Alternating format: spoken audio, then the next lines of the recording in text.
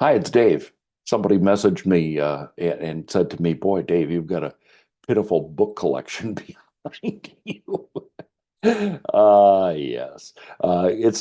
It's just the stack of books that I plan to read or reread. I have most of my book collection downstairs, but this is just a much more convenient place for me to record these videos. So thank you for your comments. But if you want to send me more books, that's fine too. That's not what I want to talk about today. Um, does it bother you when you discover that a book you've read wasn't actually written by the person whose name is on the cover? People hire professional writers to write their books, their speeches, or other articles for famous and even not so famous people. It's legal, of course, because it's really considered to be outsourcing. I was recently contacted by someone who offered to write a book for me and said it would be a great marketing tool for my consulting business. What this person didn't know is that I've already written two books and I'm researching a third. But no matter. Usually, we never find out if a book is ghostwritten. Sometimes an author is interviewed, and I've seen this happen too, where they don't seem to remember something that's in the book. I actually saw that on a C-SPAN interview a long time ago, where the interviewer was asking, I think he was a professional athlete, about something in his book, and uh, and the guy kind of stumbled around, and you could tell he really wasn't familiar with the story. Uh, Goodreads actually published a list of ghost-written books, and there's quite a collection here.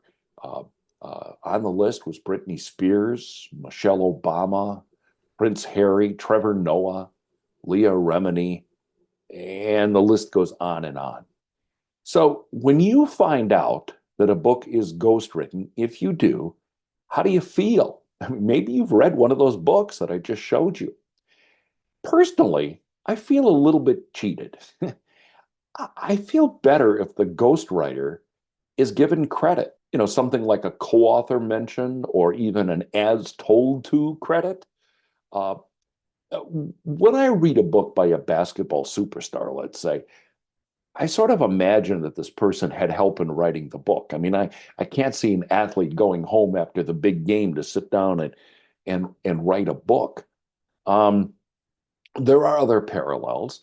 I'm a big fan of Bruce Springsteen. Now, most of the songs that he sings, he's written. He's a prolific songwriter. But he occasionally covers a song written by someone else. I mean, most musicians do that. But you don't see him taking credit for that, right? If you look at, the songwriting titles, very often the artist will be a co-writer with somebody else. Doesn't or shouldn't the same thing apply to books? I mean, if somebody used AI, artificial intelligence, to write a book and submitted it to a publisher, would it be published? Or would an editor stop it before ink ever went to paper? I mean, it's maybe a little different for fiction or nonfiction. I don't know. I mean, I read somewhere that James Patterson, the famous author, he doesn't use ghostwriters, but he now uses co-writers. Here's a good example. Um, he comes up with a plot, outlines it, and then it goes to his co-author, and the co-author gets credit on the cover. I like that approach. So I don't know. I mean, it's not going to go away, right? I mean, ghostwriters make a good living helping celebrities and even people in business write books, and I do think there is a benefit for some people to write a book. I mean, most every politician writes a book, and some of them I know do play an important part in writing the book, but many of them have ghostwriters.